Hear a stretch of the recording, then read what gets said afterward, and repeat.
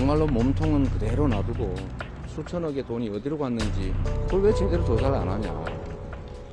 왜 엉뚱한 데를 자꾸 건드려서 이런 참혹한 결과를 만들어내냐 하는 아쉬움이 있습니다.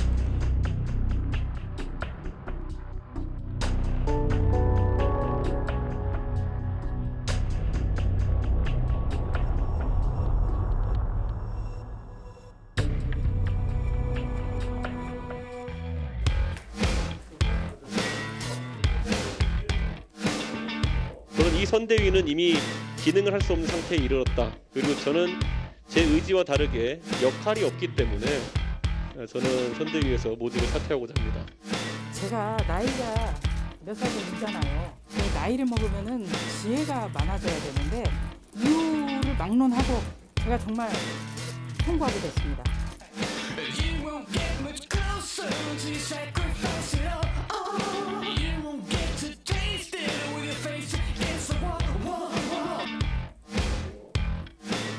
우리 총괄위원장님께서 하여튼 이 문제는 나한테 맡겨달라고 후보는 조금 있어라. 내가 이 문제를 알아서 처리하겠다고. 200원은 갈 수가 없다고 나도 생각해요. 그래서 뭐 이 선대위 안에서 할 수 있는 일이 뭐냐 이랬을 적에 내가 그래서 뭐 쉬운 말로 기동 헬기를 띄울 수밖에 없다.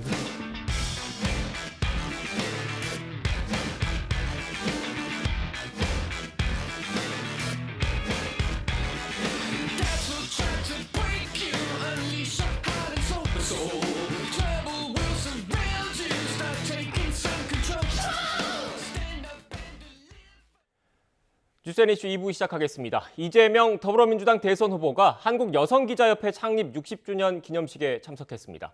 행사를 마친 뒤 취재진과 일문일답을 진행할 예정인데 현장으로 가보겠습니다. 양도세 중과 관련해서 좀 여쭤보고 싶은데 오늘 또 홍남기 부총리가 오전에 계획이 없다고 했고 또 7개월 동안의 유예 기간이 있었는데 매물이 나오는 효과가 별로 크지 않았다고 하는 분석도 있는데요. 계속 이렇게 오늘 의총 가서도 또 설득하실지 관련해서 여쭙겠습니다. 다주택자의 양도세를 중과하는 이유는 벌을 주거나 또는 세수를 늘리기 위해서 하는 것이 아니고 다주택자들이 시장에 매물을 내놓게 하는 게 최종 목표입니다. 그런데 지금 유예기간을 주기는 했지만 실제로 다주택에 대한 종부세 부담이 현실화되지 않은 상태에서 주로는 증여 형태의 이제 매물이 나왔지만 시장에는 크게 영향이 없겠죠. 근데 이미 이제 종부세가 매우 부담스러울 정도로 부과된 상태여서 다주택자들이 이제는 정말로 팔아야 되겠다라고 생각을 하고 있는데 과중한 양도소득세 부담이 매물 출현을 막고 있는 상태입니다. 그래서 행정의 목적과 수단을 우리가 구분을 해야 되는데 이 다주택자 양도세 중과의 행정 목표는 다주택자들이 물건을 매물을 시장에 내놓게 하는 것인데 실제 매물을 내놓지 못하게 하는 부작용이 발생하고 있기 때문에 양도세 중과 제도는 유지하되 일시적으로 한시적으로 또 슬라이드 방식으로 단계적으로 해서 매물 출회를 도와주자. 그게 다주택자들에게도 유익하고 또 시장에도 유익한 길이라는 생각은 제가 변함이 없습니다. 양도세 중과 자체를 저희가 없애자는 건 아니기 때문에 계속 설득해 볼 생각이고 지금 선거가 얼마 안 남았기 때문에 그간에 저희가 설득을 해볼 때 안 되면 저는 선거 후에 야당도 반대하지 않을 걸로 보기 때문에 매물 출현을 통한 시장 안정화, 또 수요 공급이 정상화됨으로써 발생하는 우리 집값 안정, 또 새로운 주택 구매의 기회 부여 이런 측면에서 바람직하다고 생각합니다. 시간적에서 한 개만 더 받겠습니다. 페이스북에 소상공인의 극단적 선택 전환 글을 남기셨는데요. 지금 소상공인 손실지원하고 추경 관련해서 이 진행 상황이 그거는 잘 없는 것 같아요. 지금 상황이 어떻고 앞으로 또 어떻게 하실 생각인지 좀 사실 이제 윤석열 후보님과 김종인 선대위원장께서 지금 현재 소상공인들이 겪고 있는 이 치명적인 위기 상황에 대해서 해법을 제시해 주셨습니다. 정치적 득실을 따지지 마시고 말씀하신 것처럼 이 소상공인들이 극단적인 선택을 해야 될 만큼 국가가 부담해야 될 부담을 대신 떠안으면서 고통과 피해가 너무 크기 때문에 신속하게 여야 합의를 통해서 신속하고 대대적인 좀 지원, 보상이 있어야 되겠습니다. 제가 판단하기로는 여야가 합의를 하면 이미 저희는 입장을 명확하게 했기 때문에 야권의 후보 또는 야당이 동의해 주시면 정부 입장에서도 지금 방역을 강화하는 차원에서 피해 보상이나 지원이 불가피하기 때문에 반대하지 않을 것으로 생각이 됩니다. 책임 있는 자세를 취해 주시면 우리 소상공인들이 정말 극단적 선택을 하는 이 슬픈 상황을 좀 더 빨리 또 쉽게 벗어날 수 있지 않을까 생각됩니다. 좀 전향적인 검토를 다시 한번 간곡하게 호소드립니다. 관련해서 하나 더 여쭤볼게요. 오늘 아침에 청와대 이호선 실장께서 추경 편성은 계획이 없다라고 하셨는데 후보님은 또 추경 편성 요구를 하신 바가 있으시잖아요. 네. 어떻게 조율하실 생각이신지. 의견이야 다를 수 있는데 아마 정부 입장에서는 내년 본 예산을 편성한 지가 얼마 안 됐는데 또 갑자기 추경이냐라는 생각을 할 수 있고 저는 충분히 그렇게 생각할 수 있다고 봅니다. 아까 말씀드렸던 것처럼 정치 행정의 목표는 국민들의 불편과 고통을 덜어드리고 더 나은 삶을 살게 하는 데 있기 때문에 저는 지금 방역을 강화하고 또 방역 강화에 따른 피해가 우리 국민들뿐만 아니라 특히 소상공인 자영업자들한테 집중되고 있는 상황이기 때문에 야권이 동의하면 저는 대규모 추경에 의한 지원이 충분히 가능할 것이라고 생각합니다. 네, 고맙습니다. 네, 지금까지 민주당 이재명 후보의 기자와의 질의응답 생중계로 전해드렸습니다. 현안과 관련한 언급이 있었는데 주요 내용 간략하게 다시 한번 정리해드리겠습니다. 먼저 다주택자 양도세 중과는 시장에 매물을 내놓게 하는 게 목표라면서 과도한 양도세 부과가 매물 출현을 막고 있다라는 평가가 있었습니다. 또 양도세 중과 제도는 유지하되 일시적, 단계적 방식으로 해야 한다면서 선거 이후에 야당도 반대하지 않을 것으로 보고 있다라는 설명도 있었습니다. 보다 자세한 내용은 이어지는 뉴스에서 다시 한번 전해드리겠습니다. 네, 바로 이어서 전국 관련 대담 이어가겠습니다. 대선을 77일 앞둔 오늘 현재 민심은 어떤지 배철호 리얼미터 수석 전문 연구위원 이은영 휴먼앤데이터 소장과 자세히 분석해 보겠습니다. 안녕하세요. 네, 안녕하세요. 네, 안녕하세요. 네, 일주일 잘 지내셨죠? 네, 먼저 YTN 여론조사 결과부터 좀 살펴봐야 할 것 같은데 가상 대결부터 살펴보겠습니다. 지금 그래픽 나가고 있습니다. 민주당 이재명 후보 37%, 윤석열 후보 40.1%로 윤석열 후보가 다소 우위에 있는 모습을 지금 확인할 수 있습니다. 다음 그래픽도 띄워주시죠. 네, 양자 대결 두 사람만 놓고 봤을 때는 윤석열 후보는 45.6%, 이재명 후보는 41.3%를 기록했습니다. 배철호 위원님, 일단 또 결과를 좀 살펴봐야 될 것 같긴 한데 이 다자 대결에서 두 후보의 이 지지율 격차가 오차 범위 안으로 들어온 것. YTN의 정기조사가 시작된 이후 처음이지 않습니까? 네, 맞습니다. 네. D-100일부터 실시했고 요 앞까지 4번 실시했고 네. 지금이 5번째인데요. 오차 양 후보가 오차 범위 안으로 들어온 것은 처음이었습니다. 네.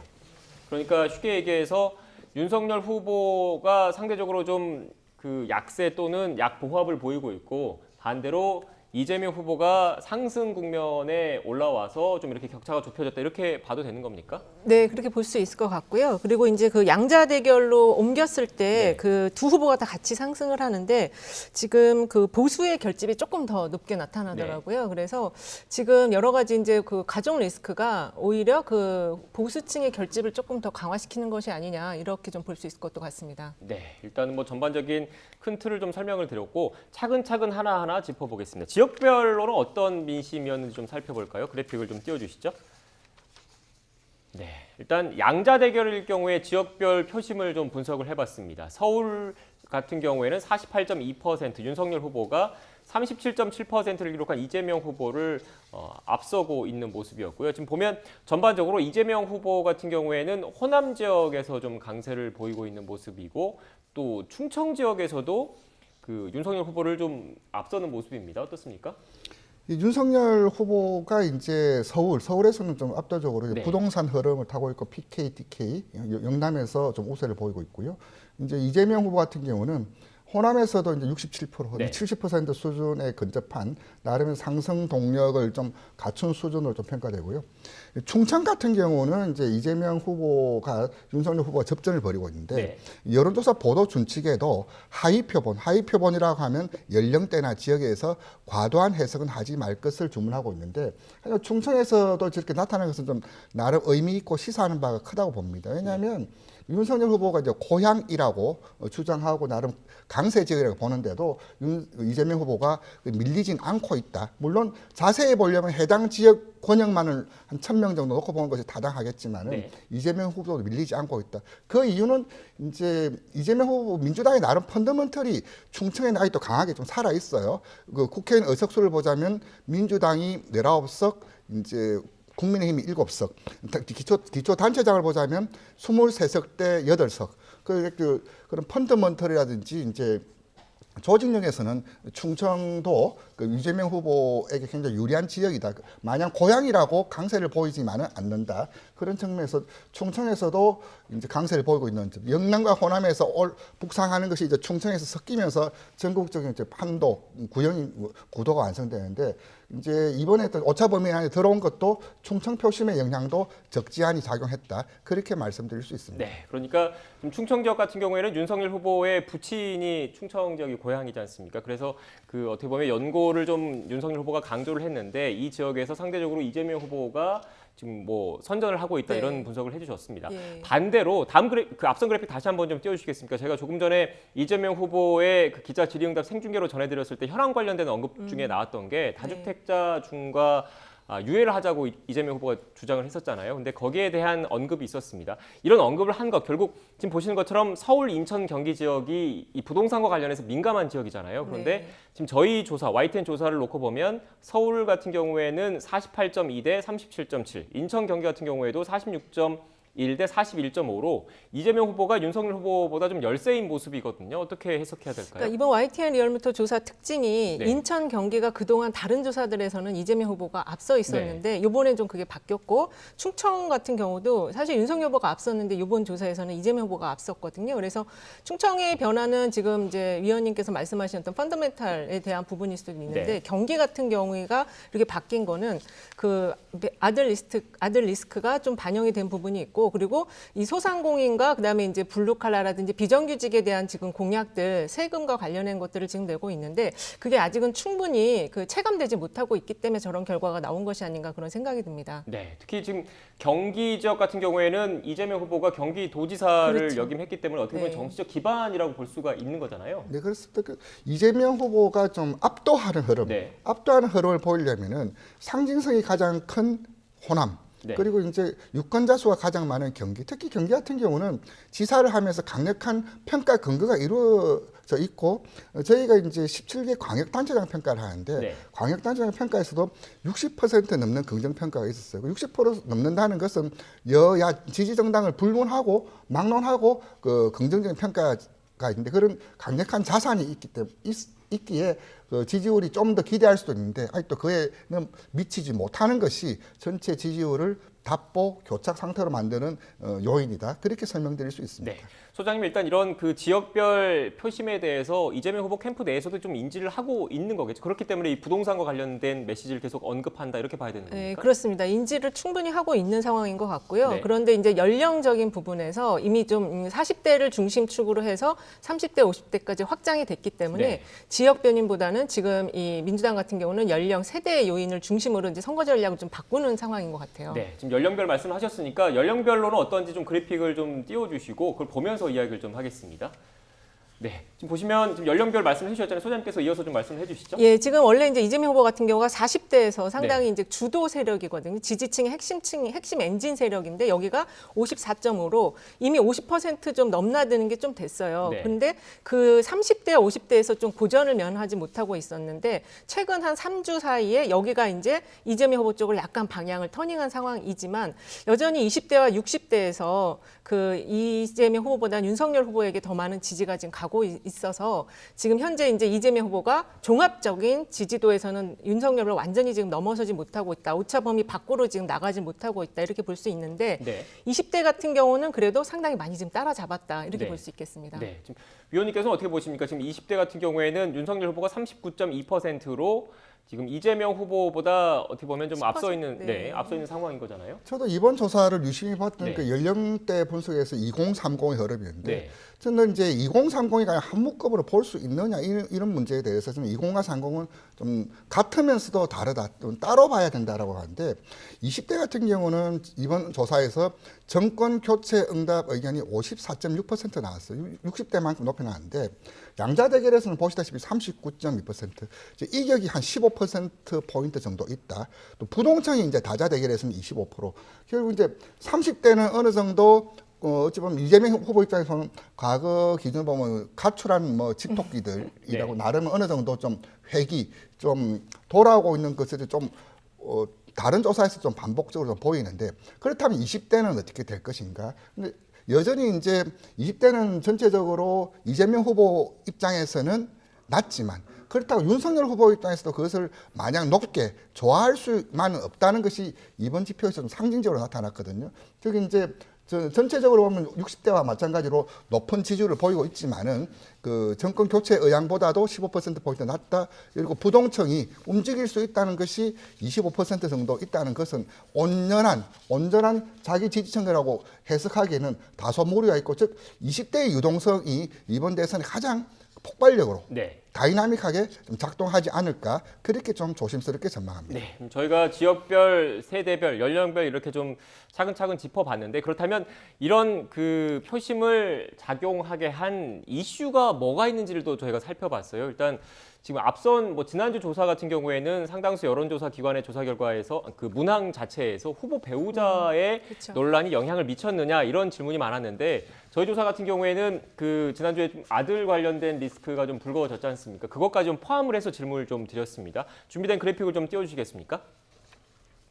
네, 자녀 그리고 또 배우자 논란으로 지지 후보를 변경했느냐라고 물어봤는데 변경하지 않았다라는 게 70.7%를 차지를 했습니다. 다음 그래픽도 좀 보여주시죠.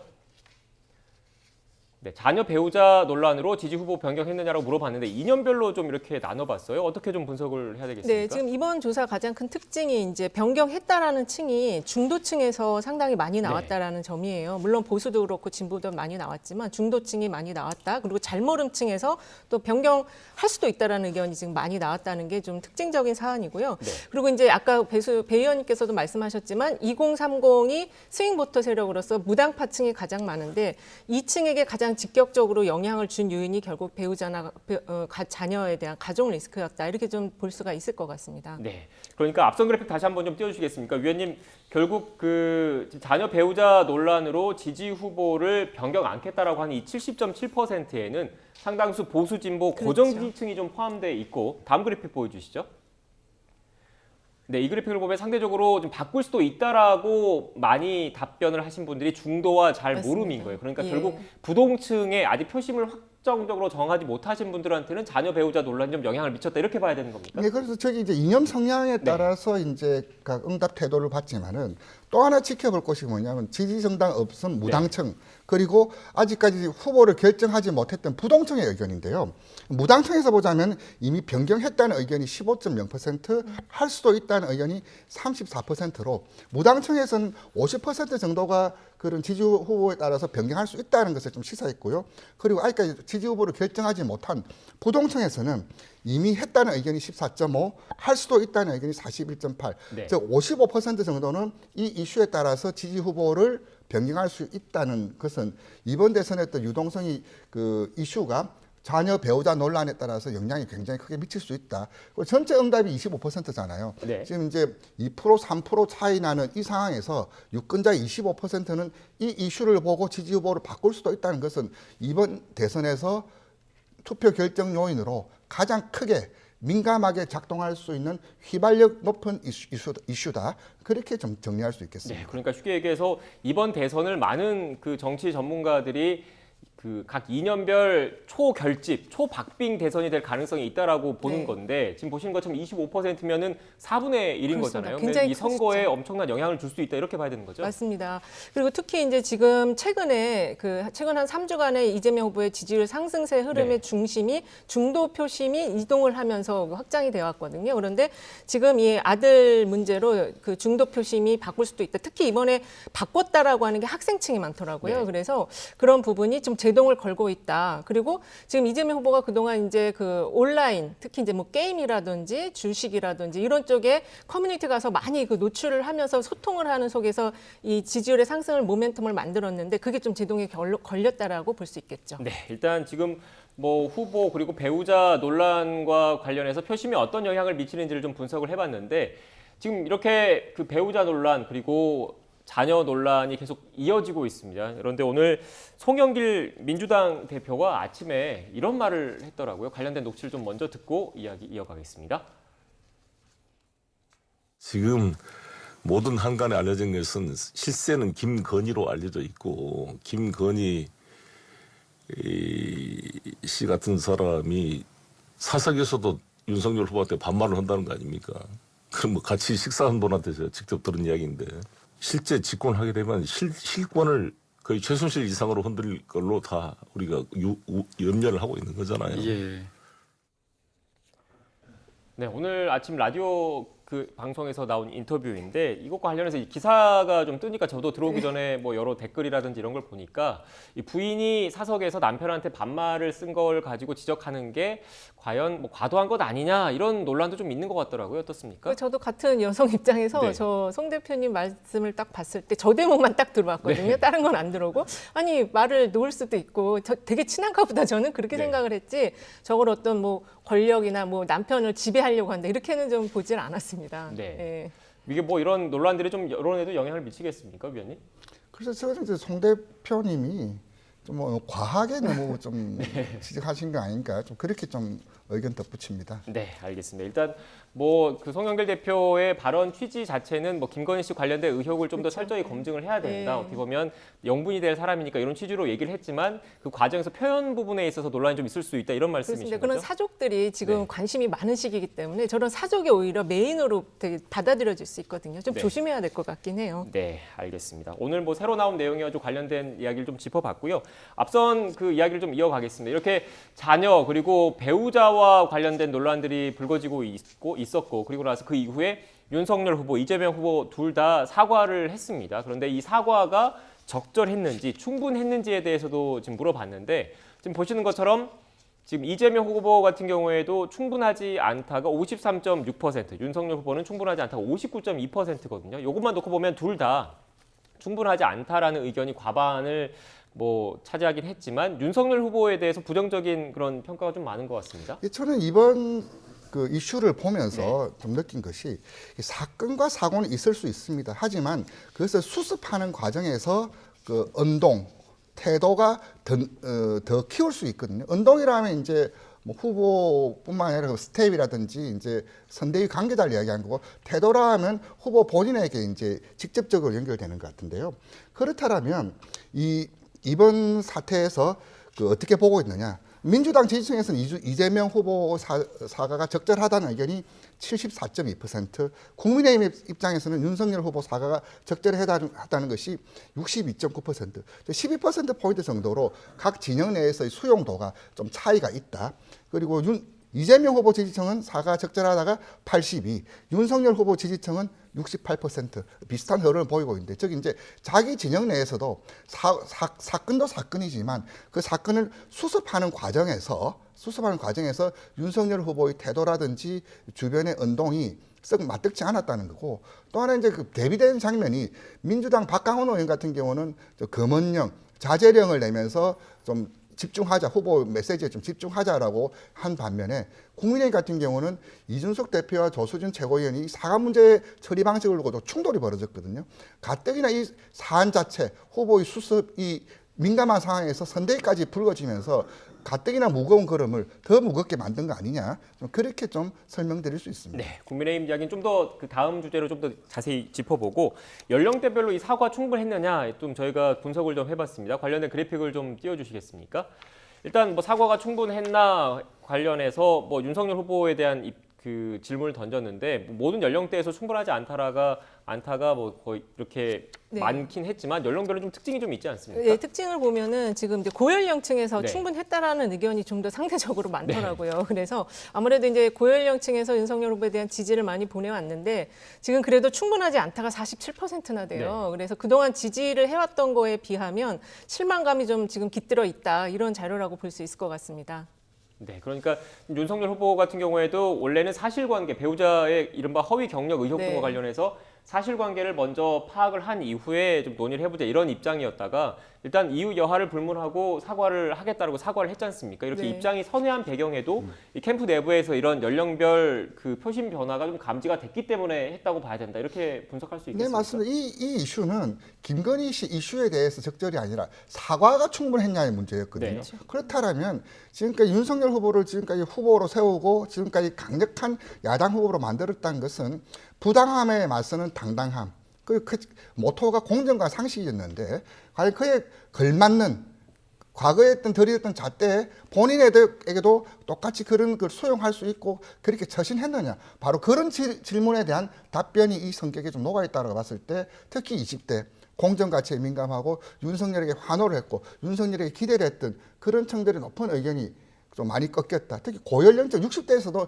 저 정도 수치 나오는 것은 단순한 진영 논리, 지지 후보에 따른 그 투사 효과만으로는 설명할 수 없다. 좀 그렇게 좀 부연 설명 드릴 수 있습니다. 네. 다음 그래픽 이재명 후보 사과가 충분했나 관련해서 연령대별 한번 볼까요? 어떻게 분석해야 될까요? 그 전에 잠깐 앞에서 이제 네. 윤석열 후보 사과 보면은 40대가 가장 반대가 충분하지 않다가 높잖아요. 네. 그거는 역시 이제 40대가 이재명 후보 핵심 지지층이기 때문에 이 배우자 리스크를 거의 이제 지지철의 핵심 요인으로 지금 보고 있고 그걸 확산시킬 수 있는 그런 결과라고도 볼 수 있고, 이재명 후보 같은 경우는 지금 충분했다라는 의견 역시 40대, 50대, 30대에서도 40.8%가 나온 걸 봐서 어쨌든 이 세대는, 이 연령대는 지금 이재명 후보를 지지하는 연령대이기 때문에 충분하다고 보고 있지만 20대 그리고 60대 이상에서 충분하지 않다가 거의 60% 가까이 나옵니다. 네. 특히 그리고 지금 저게 10세 구간, 그러니까 10대 있잖아요. 만 18세, 19세는 또 어떻게 받는지를 보면은 더 높을 수도 있어요. 그래서 체감적인 그 이슈가 더 자신들에게 더 가깝게 느낄 수 있기 때문에, 그래서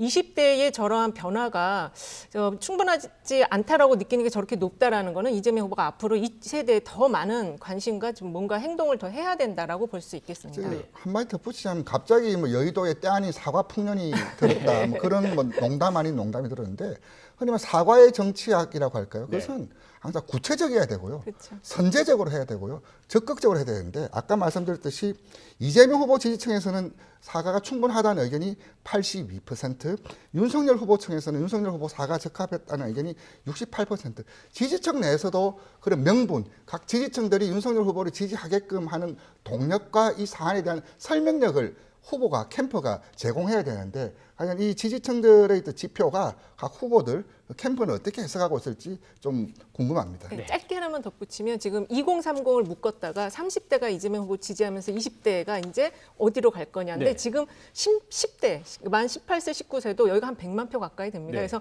이 표심에 대한 아주 더 세그먼트화된 전략이 두 후보 다 모두에게 필요하다, 이렇게 말씀드릴 수 있겠습니다. 네. 일단 뭐 사과와 관련해서 그 사과의 정석은 결국 그 하는 사람 입장이 아니라 받는 사람 입장에서 하는 게 그렇죠. 사과의 정석이라는 이야기들을 많이 하지 않습니까? 네. 그런데 앞서 보신 이 여론조사 결과처럼 받아들이는 일반 유권자 국민 입장에서는 두 후보 모두 좀 충분하지 않았다라는 점을 각 캠프 그리고 후보 측에서 좀 되새길 필요가 있어 보입니다. 일단 앞선 그 결과에 대해서는 배우자 그리고 그 자녀 아들 의혹과 관련된 그 사과 여부였는데, 지금 또 그 국민의힘 그리고 민주당 이 두 쪽에서 또 다른 리스크가 좀 터졌습니다. 먼저 관련된 녹취를 듣고서 대담 이어가겠습니다. 이때다 싶어 솟아나와서 양비론으로 한마디 던지는 윤핵관을 보면 어쩌면 이런 모습이 선거 기간 내내 반복될 것이라는 비통한 생각이 들었습니다. 선대위 내에서의 모든 직책을 내려놓겠습니다. 몸통은 놔두고 꼬리 자르기를 했다라는 거죠. 그러면 이 당사자는 너무 힘들어했을 거 아니에요. 그러면은 누구한테 어떤 얘기를 할 수도 없는 그런 입장에 섰을 때 본인이 이 자신이 얼마나 힘들었었겠어요.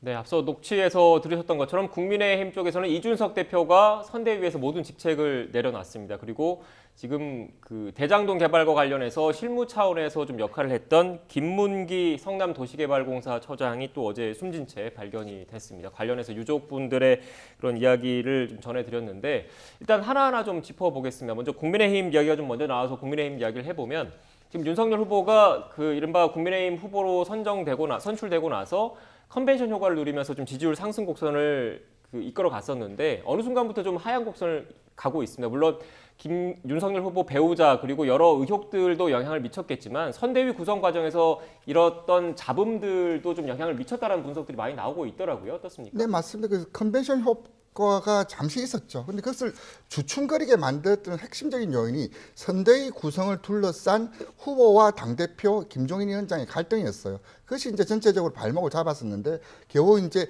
봉합이라는 표현이 나왔었죠. 해소라는 표현이 아니고요. 네. 일단 그 봉합하면서 선대위가 출범한 지 이제 2주 됐는데 저는 이 사안은 이 앞의 사안보다도 더 심각하게 봅니다. 네. 자칫 이게 추세선 이탈로까지도 이어질 수 있는 매우 위험한 시그널이라고 보는데요. 지금 왜냐하면 이제 선대위 구성이 되고 이제 연말 연시 앞두고 본격적인 고착화 국면, 다지기 국면으로 그 국면 전환을 해야 될 상황에서 내부 갈등이 재현됐다는 것은 악재다.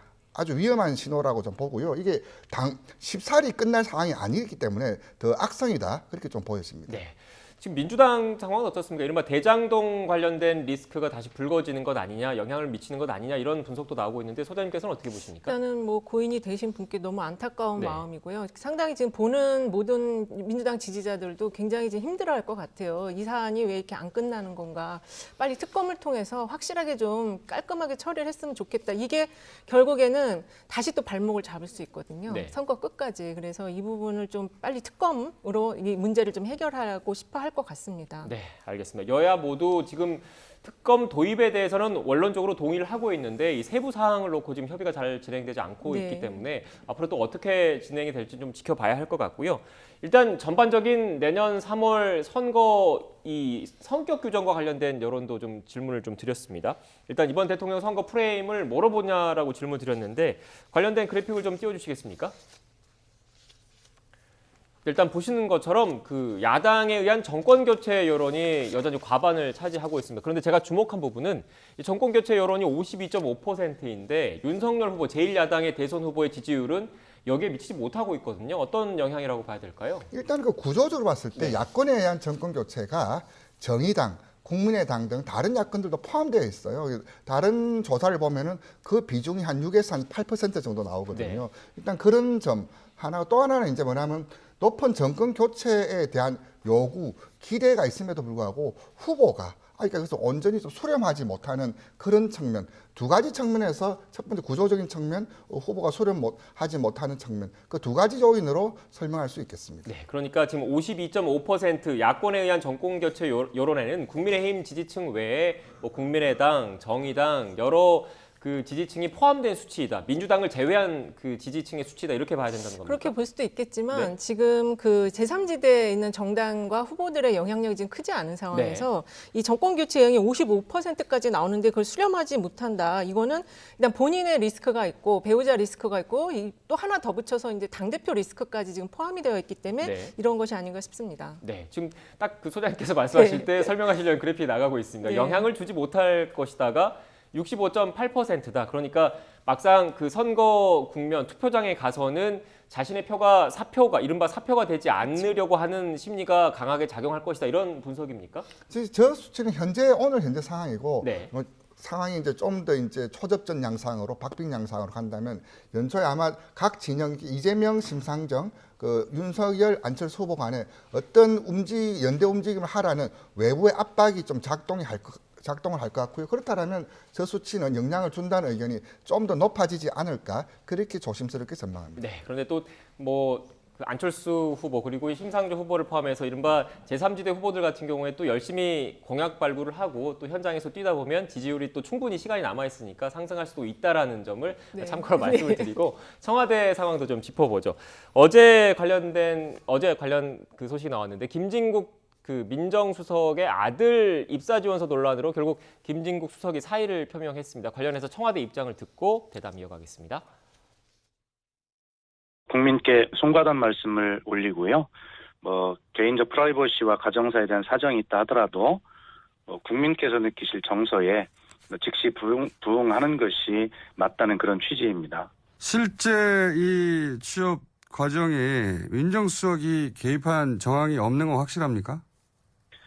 예, 하여튼 그건 확실합니다. 예. 예를 들어서 개입을 했다면 취업 지원서를 그런 식으로 설마 쓸 리가 있겠습니까?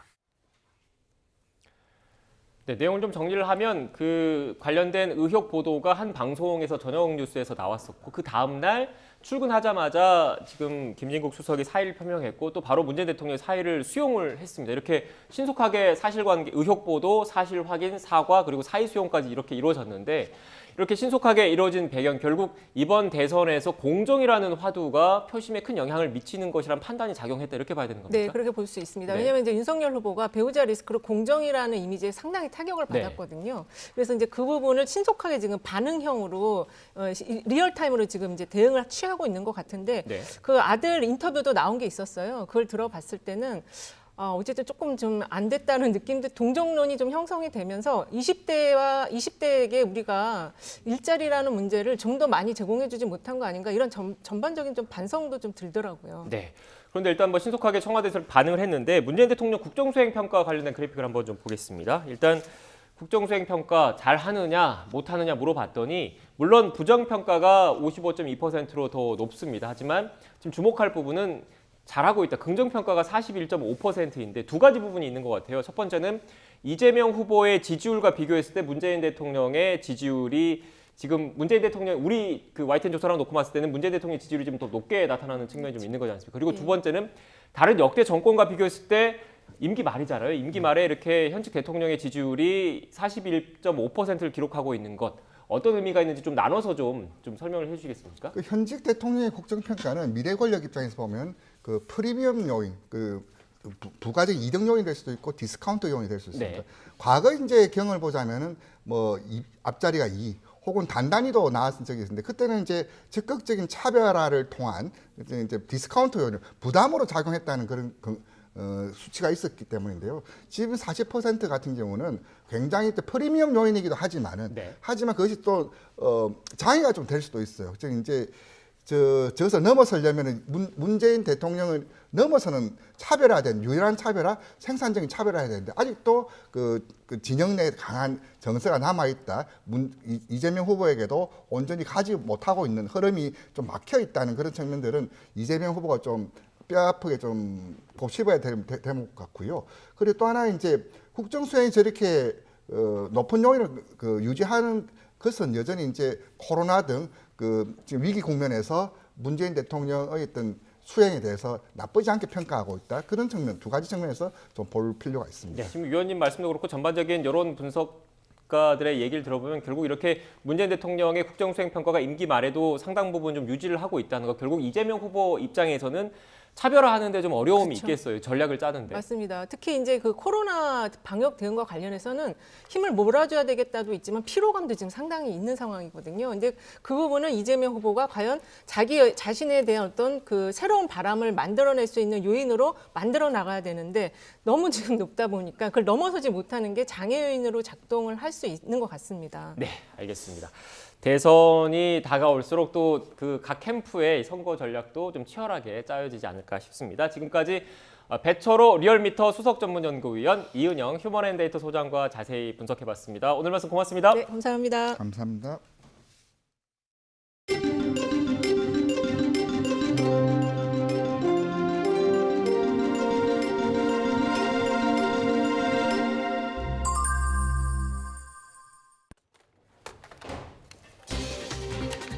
이재명 더불어민주당 대선 후보가 김문기 성남도시개발공사 1처장이 숨진 채 발견된 것과 관련해 대장동 의혹 특검 발의를 이미 요청했다며 여야가 협의를 통해 결정해야 한다고 말했습니다. 정부의 양도세 중과세 유지 방침에 대해서는 선거 후에 바꾸겠다는 의지를 다시 밝혔습니다. 국민의힘 윤석열 대선 후보는 김종인 총괄 선대위원장과의 회동에서 선대위 개편보다 효율적인 운영 방안을 찾기로 했습니다. 윤 후보는 김 위원장에게 그립을 강하게 잡아달라고 했다고 말했습니다. 어제 코로나19 신규 확진자가 7,456명으로 늘어난 가운데 정부가 확진자 증가세는 둔화했다고 평가했습니다. 위중증 환자는 1,063명으로 또 역대 최다가 됐고 정부는 1월까지 병상 7,000개를 더 늘리겠다고 밝혔습니다. 내년도 표준 단독주택 공시가격이 올해 대비 7.36% 오른 것으로 집계됐습니다. 서울이 10.56%로 전국에서 가장 높게 올랐고 이어 부산 8.96%, 제주 8.15%, 대구 순으로 공시가격이 상승했습니다.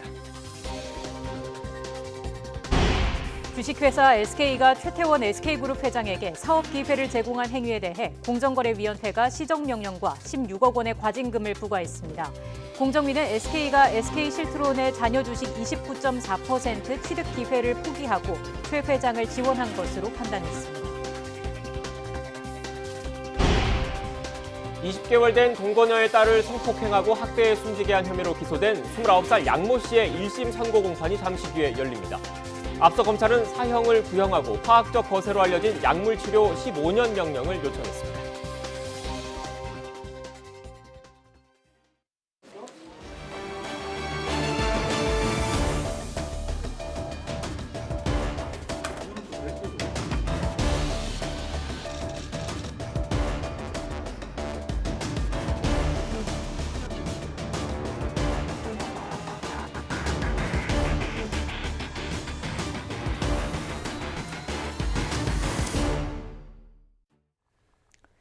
코로나19 신규 확진자가 7,456명으로 나흘 만에 다시 7,000명대로 급증했습니다. 확산세의 위중증 환자는 또 역대 최다를 기록했습니다. 하루 만에 41명이 늘어서 위중증 환자는 현재 1,063명에 달합니다. 숨진 환자도 하루 새 78명이나 추가돼 누적 4,906명, 치명률 0.84%입니다. 오늘 0시 기준 수도권 환자만 5,446명으로 국내 발생의 73.9%입니다. 비수도권 비중은 26.1%로 부산과 경남을 중심으로 환자가 속출했습니다. 코로나19 새 변이 바이러스인 오미크론 감염자는 모두 234명으로 늘었습니다. 중앙방역대책본부는 오늘 0시 기준 국내 오미크론 감염 환자가 7명 추가돼 누적 기준 234명이라고 밝혔습니다. 신규 감염자 가운데 3명은 국내 감염, 4명은 해외 유입입니다. 정부가 코로나19 하루 확진자 10,000명 발생에 대비해서 병상 7,000개를 확충합니다. 중앙사고수습본부는 내년 1월까지 코로나19 중증 병상과 준중증 병상 1,578개, 중등증 병상 5,366병상을 비롯해서 모두 6,944개 병상을 추가로 확보한다고 밝혔습니다. 중수부는 일단 이미 내린 행정명령에 따라 중증 병상 158개와 준중증 병상 189개, 중등증 병상 1,726개 등 2,073개 병상을 확보하기로 했습니다. 이훈혜 부총리 겸 교육부 장관이 학생들을 만나서 코로나19 백신 접종에 대한 의견을 듣습니다. 교육부는 유 부총리가 오늘 오후 정부 세종청사에서 백신 접종을 주제로 온라인 간담회를 개최하고 학생 백신 접종 관련 정보를 제공한다고 밝혔습니다. 간담회에는 백신 접종 대상인 초등학교 6학년부터 고등학교 2학년 학생 30명과 전문가가 참여합니다. 코로나19 새 변이인 오미크론이 무서운 기세로 확산하자 이스라엘이 세계에서 처음으로 4차 백신 접종을 실시하기로 했습니다. 기존 부스터샷만으로는 오미크론을 막는 데 한계가 있다고 보고 고령층과 의료진을 대상으로 조만간 4차 주사를 맞도록 하겠다는 계획입니다. 이광엽 기자의 보도입니다. 코로나19 3차 추가 접종을 가장 먼저 시작했던 이스라엘이 이번엔 4차 접종도 선제적으로 나섰습니다. 이스라엘 백신 자문위원회는 60세 이상 고령자와 의료진에 대한 백신 4차 접종을 권고했습니다. 나프탈리 베네트 이스라엘 총리는 이러한 권고를 환영하면서 의료관리기구 등에 즉각 4차 접종을 준비하라고 지시했습니다. 이에 따라 60세 이상 고령층과 의료진은 3차 접종 뒤 최소 4개월이 지나면 또 한 번 주사를 맞을 수 있게 됐습니다.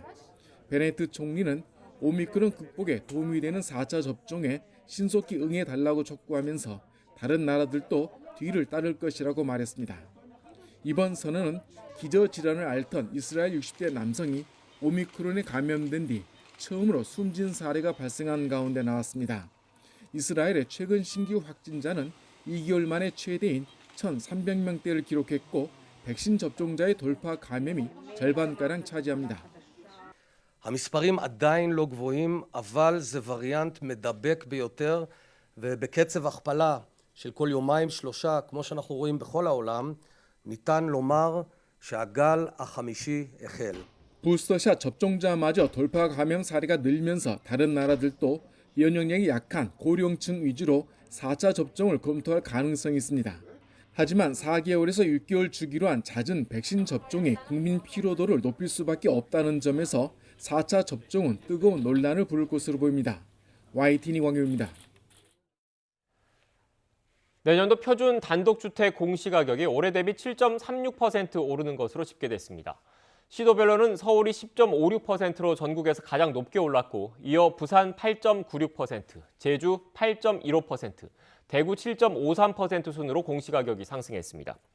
시세 구간별로는 9억 원 미만은 5.06%, 9억 원 이상 15억 원 미만은 10.34%, 15억 원 이상 고가주택은 12.02% 올랐습니다.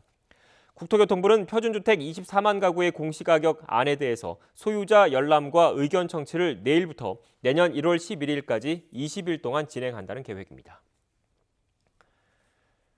정부가 오늘 부동산 시장 관계장관 회의를 열고 1주택을 보유한 서민과 중산층의 보유세 부담을 일정 부분 완화해주는 보완책을 검토하기로 했습니다. 다주택자 양도세 중과 유예는 시장 안정과 정책의 일관성 등을 감안해서 검토할 계획이 없다는 점을 분명히 했습니다. 홍남기 경제부총리의 말을 직접 들어보겠습니다. 정부로서는 첫째, 다주택자 양도세 중과 유예 사안은 시장의 안정과 정책의 일관성, 형평 문제 등을 감안하여 세제 변경 계획이 없다는 점, 그리고 보유세 사안의 경우 1주택 보유 서민 중산층의 세부담을 일정 부분 완화해주는 보완책을 검토해오고 있다는 점을 말씀드립니다. 최근 주택 매매 시장은 비록 거래 위축이 있기는 하나 주요 지역에서 가격 하락 사례가 확산되는 등 시장 하향 안정 흐름으로 전환되는 모습입니다. 서울에서도 가격 하락, 경계점 진입 지역이 확대되고 잠정 기준이긴 합니다만 실거래 가격으로도 10월 강남 4구 하락 전환에 이어 서울 전역까지 마이너스 0.91% 하락하고 있습니다. 대장동 개발 특혜 의혹과 관련해서 참고인 신분으로 조사받아오다가 숨진 채 발견된 김문기 성남도시개발공사 1처장의 부검이 진행됩니다. 경기 분당경찰서는 김 처장의 정확한 사망 경위를 파악하기 위해 유족 동의를 얻어서 부검을 진행하기로 했습니다. 다만 별다른 범죄 혐의점은 발견되지 않아서 경찰은 김 처장이 극단적 선택을 한 것으로 추정하고 있습니다. 김 처장은 어제 저녁 8시 20분쯤 성남도시개발공사 사옥 1층 사무실에서 숨진 채 발견됐고 유서는 아직 나오지 않았습니다. 아버지가 민정수석이라는 내용을 입사지원서에 기재한 김진국 청와대 민정수석의 아들 김모 씨 고발건을 서울경찰청이 수사할 방침입니다. 경찰청 국가수사본부는 한 시민단체가 지난 20일 업무방해 혐의로 김 씨를 고발한 사건을 서울경찰청에 배당하기로 했습니다. 김 씨는 컨설팅 회사 입사지원서에 아버지가 민정수석이라며 아버지에게 잘 말해 이 기업의 꿈을 이루어드리겠다고 적은 것으로 전해져 이른바 아빠 찬스 논란이 불거졌습니다.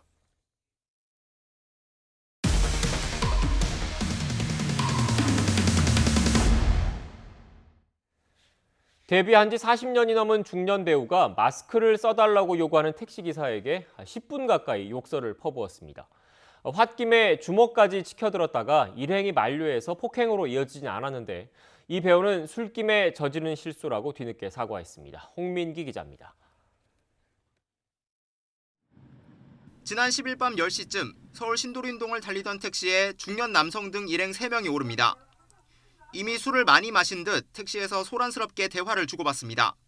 너는 약주 챈 거지 술이 안 챘어? 약주 챘지? 아니 나 약주 챘어? 야 친구야 난 취해도 약주 챈 거는 그래. 그런데 조수석 뒷자리에 앉은 남성이 걸려온 전화를 받으면서 쓰고 있던 마스크를 벗어버립니다. 택시 기사가 마스크를 다시 써달라고 요구하자 전화를 끊고 고성을 지르기 시작합니다. 마스크 좀 올려주세요. 어? 아니 저 기사님이 마스크 쓰니까 잠깐. 일행의 만류에 마스크는 다시 썼지만 기사가 먼저 시비를 걸었다며 끊임없이 욕설을 내뱉습니다. 야, 아니 그냥 하자. 이해하세요. 네가 말을 좋게 해.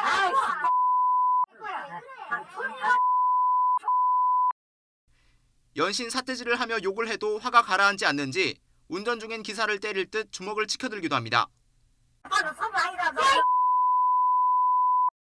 함께 탄 일행이 가까스로 제지한 끝에 결국 A씨는 목적지에 도착하기 전 먼저 택시에서 내렸습니다.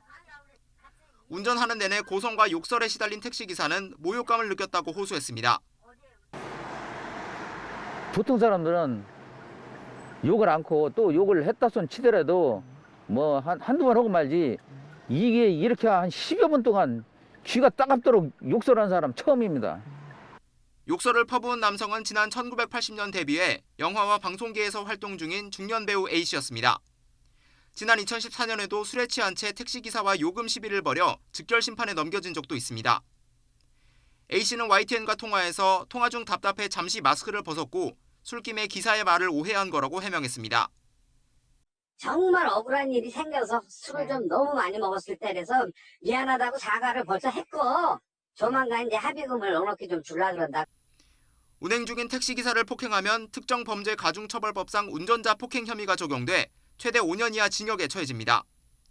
다만 A씨는 실제 기사를 때리진 않아 형사처벌을 받진 않을 것으로 보입니다. 직접적인 가격행위나 유형력 행사가 아니면 폭행에 해당되지 않습니다. 기사님의 그 정신적 충격과 고통에 대한 위자료, 민사적인 손해배상 청구는 가능할 것으로 보입니다. 지난해 5월 정부가 대중교통 내 마스크 착용을 의무화한 뒤 경찰에 적발된 마스크 미착용 시비는 지난 8월까지 2,000건, 이 가운데 26명은 구속됐습니다. YTN 홍민기입니다. 20개월 된 동거녀의 딸을 성폭행하고 학대해 숨지게 한 혐의로 기소된 20대가 오늘 1심 선고를 받습니다. 대전지방법원은 오늘 오후 2시 아동학대 살해와 미성년자 성폭행 등의 혐의로 재판에 넘겨진 29살 양모 씨의 1심 선고 공판을 진행합니다. 앞서 검찰은 양 씨에 대해 사형을 구형하고 화학적 거세로 알려진 성충동 약물치료 15년과 위치 추적 전자장치 45년, 신상 공개 등도 함께 명령해달라고 재판부에 요청했습니다. 양 씨는 지난 6월 동거하던 정 씨의 20개월 된 딸을 성폭행한 뒤 수십 차례 손과 발로 폭행해 숨지게 하고 시신을 아이스박스에 담아 숨긴 혐의 등으로 재판을 받아왔습니다.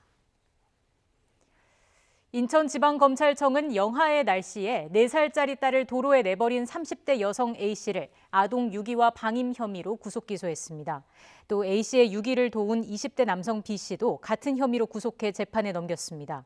A씨는 지난달 26일 B씨가 운전하는 차에 딸 C양을 태운 뒤 밤 10시쯤 경기도 고양시의 한 도로에 버려두고 떠난 혐의를 받습니다. 불법 건축물과 국유지 무단 사용 등이 무더기로 적발된 한솔 페이퍼텍 공장에 대한 전수조사가 시작됐습니다. 전남 담양 군민이 끈질기게 요구한 지 2년여 만입니다. 이미 적발된 80여 건에 이어서 어떤 결과가 나올지 관심입니다. 보도에 김범환 기자입니다. 무단으로 건물을 짓고 주민이 다녔던 국유지에 길까지 쓴 것으로 드러난 대기업 계열사 한솔 페이퍼텍.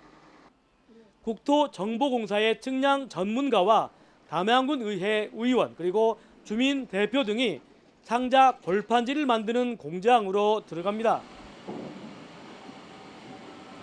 공장 건물이 건축 대장과 허가대로 지어졌는지 현황 측량을 하기 위해서입니다.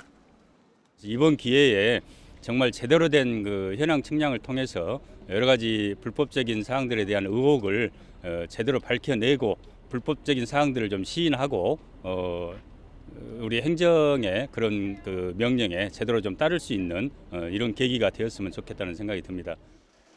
우여곡절 끝에 합의된 현황 측량은 YTN의 취재를 놓고 한솔 페이퍼텍에서 한때 측량 거부 의사를 밝히는 등 실랑이가 벌어지기도 했습니다.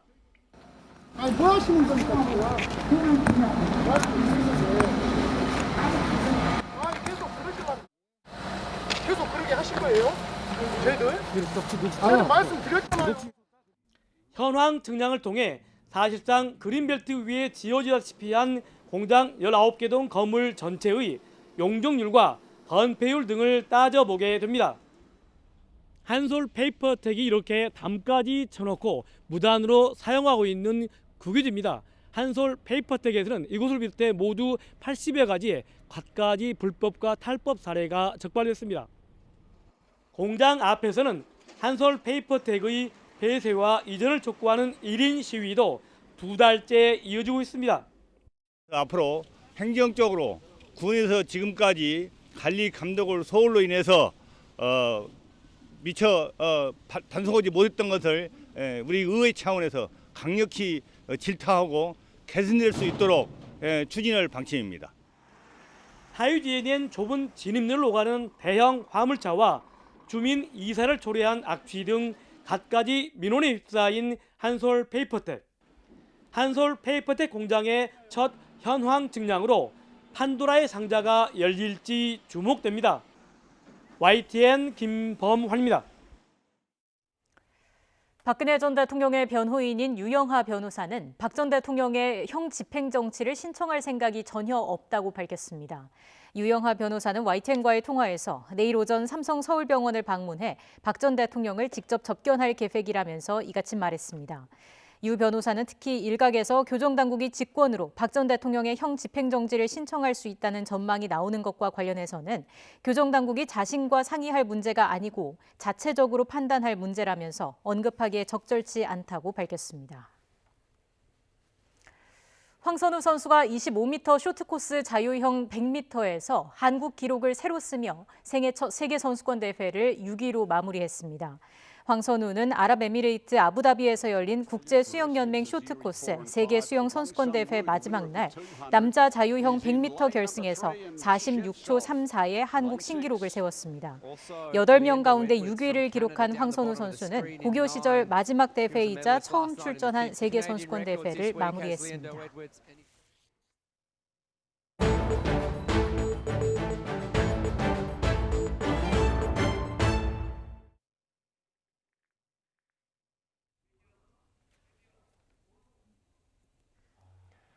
네, 경기도 평택에 있는 한 가정집에 택배기사인 척 들어가서 강도짓을 벌인 40대 남성이 붙잡혔습니다.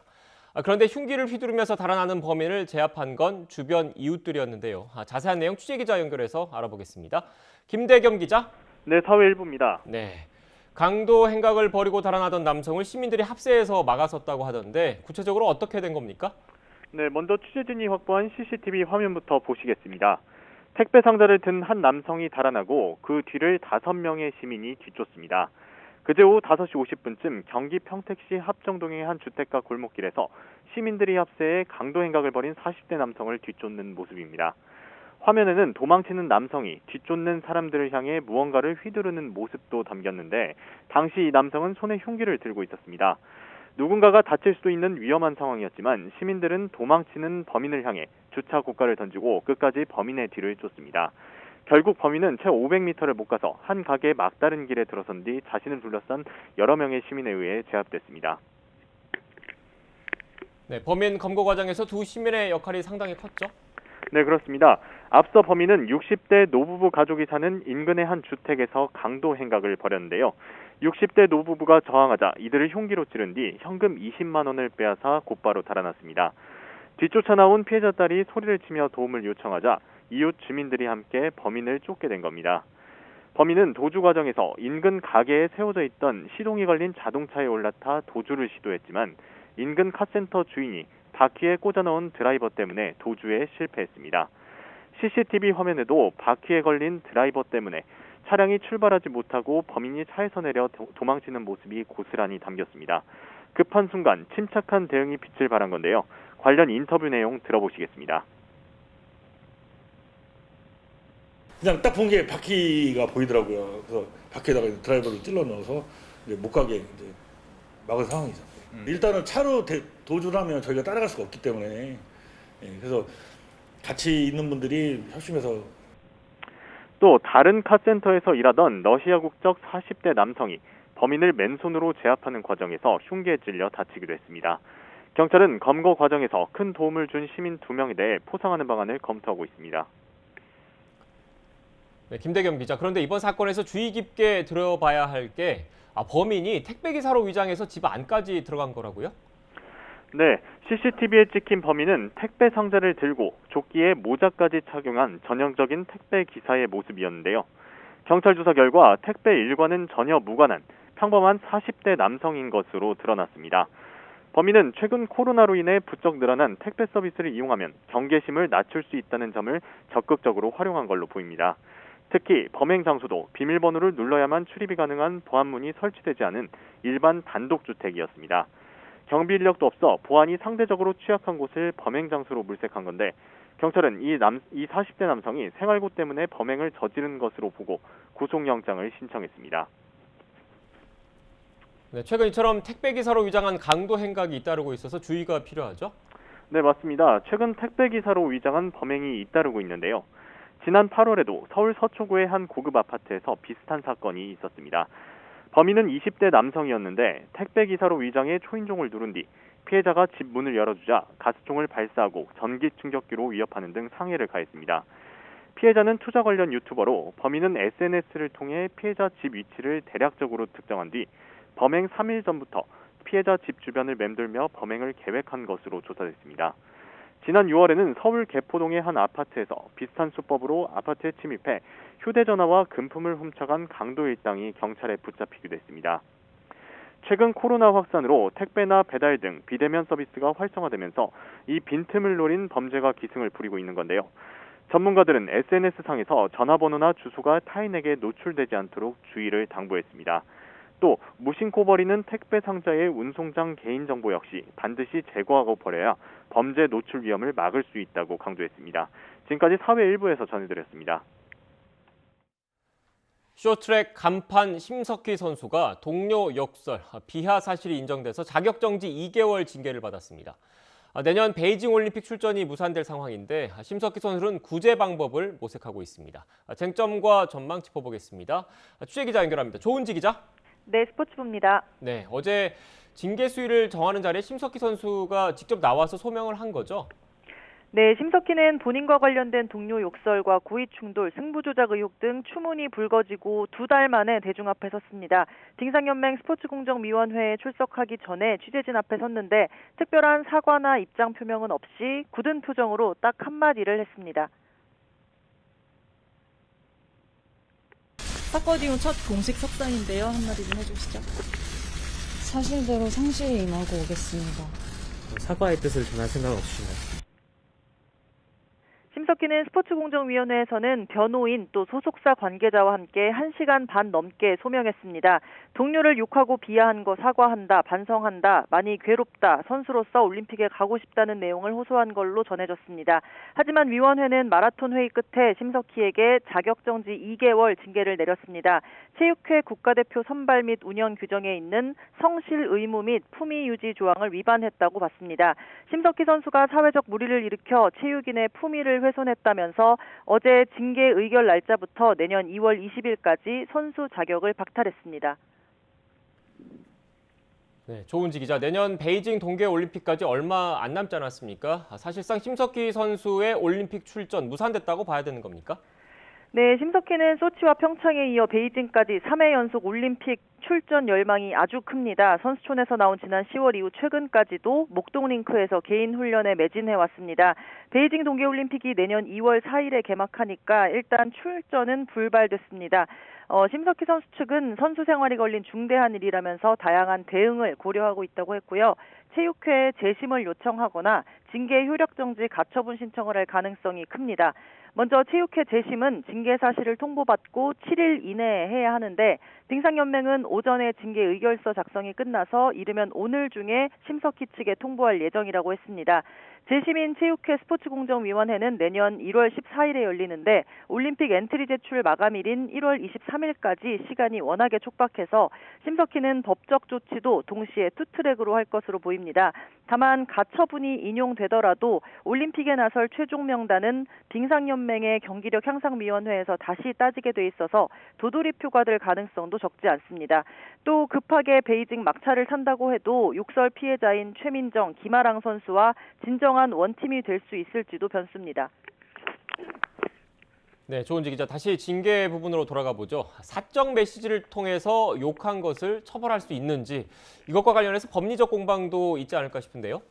네, 실제 심석희 측도 그 부분을 매우 강조했다고 합니다. 어제 위원들끼리 회의에서도 갑론을박이 이어졌고요. 사적인 개인 간의 대화가 조재범 전 코치의 이른바 사적 안갚음 차원의 폭로로 공개된 건데 이걸 과연 처벌할 수 있느냐, 이 부분이 쟁점입니다. 실제 형사사건에서는 위법 수집 증거 배제 법칙이라고 해서 어떻게 모은 증거인지가 법적 판단에 큰 영향을 미치기도 하는데요. 민사나 징계 사건에서는 크게 적용되지 않는다고 합니다. 또 법의 관점과 다를지는 몰라도 과연 올림픽 기간에 코치와 선수가 국가대표 동료를 욕한 걸 사적인 대화라고만 볼 수 있냐, 이것도 징계의 근거였다고 합니다. 파벌과 갈등이 첨예한 체육계에 일종의 가이드라인을 주고 경종을 울리는 효과까지 염두에 둔 걸로 보입니다. 아무리 사적인 공간이지만 이미 공론화가 돼 있는 상태에서 그 징계를 안 할 수 없는 그런 상황이었습니다. 네, 비슷한 맥락에서 심석희와 이른바 브래드버리 만들자는 대화를 비롯해 부적절한 메시지를 주고받은 조항민 당시 코치도 자격정지 6개월 중징계를 받았습니다. 국가대표 지도자로 심석희를 다독이고 나무라야 하는데 오히려 동조하고 부추기는 내용이 있었다는 게 상벌위원들의 판단입니다. 어쨌든 심석희 측 대응 방침이 정해지고 향후 체육회와 법원의 판단이 나올 때까지 당분간 심석희 사태는 더 길어질 걸로 보입니다. YTN 조은지입니다. 해직교사 특별 채용 의혹을 받는 조희연 서울시 교육감이 검찰에 출석해서 조사받은 사실이 뒤늦게 확인됐습니다. 서울중앙지방검찰청은 지난 3일 조 교육감을 불러서 9시간가량 해직교사 특별 채용 사실관계 등을 조사했습니다. 앞서 검찰은 공수처로부터 받은 기록을 검토하면서 조 교육감의 전 비서실장 한모 씨를 지난달 22일과 26일 잇따라 소환해 의혹 전반을 확인했습니다.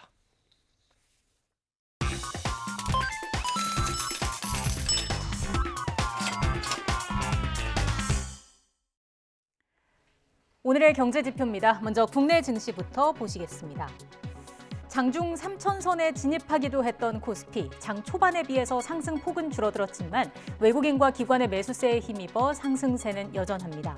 간밤 미 증시가 반등에 성공하면서 위험자산 선호 분위기가 조성되고 있습니다. 코스닥 지수도 1,000선을 향해서 오르고 있습니다. 이어서 미국 증시 상황 보시겠습니다. 4거래일 만에 반등에 성공했습니다. 바이든 대통령이 오미크론 관련 경제 봉쇄가 없을 것을 시사하면서 투자 심리가 살아났습니다. 이어서 이 시각 환율 상황 보시죠. 달러화가 약세를 보이고 안전자산 선호 심리가 약해지면서 원달러 환율은 소폭 내려갔습니다. 이 시각 현재 1,190원을 전후로 거래가 되고 있습니다. 위안원 직거래 환율은 1위안당 186원 선 기록하고 있습니다. 마지막으로 국제유가 보시겠습니다. 위험자산 선호 심리가 살아난 데다 최근 이틀 연속 하락한 데에 따른 반발 매수세가 유입되면서 큰 폭으로 상승했습니다. 지금까지 오늘의 경제지표였습니다. 순수 국산 기술로 제작된 누리호가 우주로 향하는 모습 보셨을 텐데요. 아쉽게도 임무에는 실패했지만 누리호를 보며 환호하던 기억이 생생합니다. 제가 나와 있는 일산 킨텍스에서는 누리호의 심장, 75톤급 엔진을 만날 수 있습니다. 이 엔진이 화염을 뿜으며 내년 5월 다시 한번 누리호를 우주로 올려보낸다고 합니다. 오늘 진행되는 이 행사는 우리나라의 과학기술 수준을 엿볼 수 있는 대한민국 과학기술대전입니다. 130여 개 연구기관이 참여해 500여 개 부스를 열었는데요. 대형 수소차부터 하늘을 나는 자동차, 한국형 인공태양 등 첨단 과학기술의 성과물을 직접 만나볼 수 있다고 합니다. 또 수준 높은 과학 강연은 물론 어려운 과학을 재미있게 풀어 다뤄주는 연극과 토크쇼까지 마련됐다고 하니까요. 과학에 관심 있는 자녀들과 함께 찾으셔도 좋을 듯합니다. 오늘은 전국이 대체로 맑겠고 미세먼지도 사라져서 공기도 깨끗하겠습니다. 오늘 낮 기온은 서울 7도, 대구 11도, 부산 15도까지 올라 비교적 포근하겠습니다. 하지만 주 후반에는 성탄 한파가 찾아옵니다. 성탄절인 주말에는 서울 기온이 영하 10도, 휴일에는 영하 14도까지 곤두박질하며 이번 겨울 들어 가장 춥겠습니다. 기후변화가 심해지면서 겨울답지 않은 날씨가 계속되고 있습니다. 하지만 이렇듯 과학기술이 발전하면 기후변화도 억제하고 예보 정확도도 높일 수 있겠죠? 지금까지 일산 킨텍스에서 YTN 원희다입니다. 주스앤 이슈 마치겠습니다. 잠시 뒤 더 뉴스가 방송됩니다. 시청해주신 여러분 고맙습니다.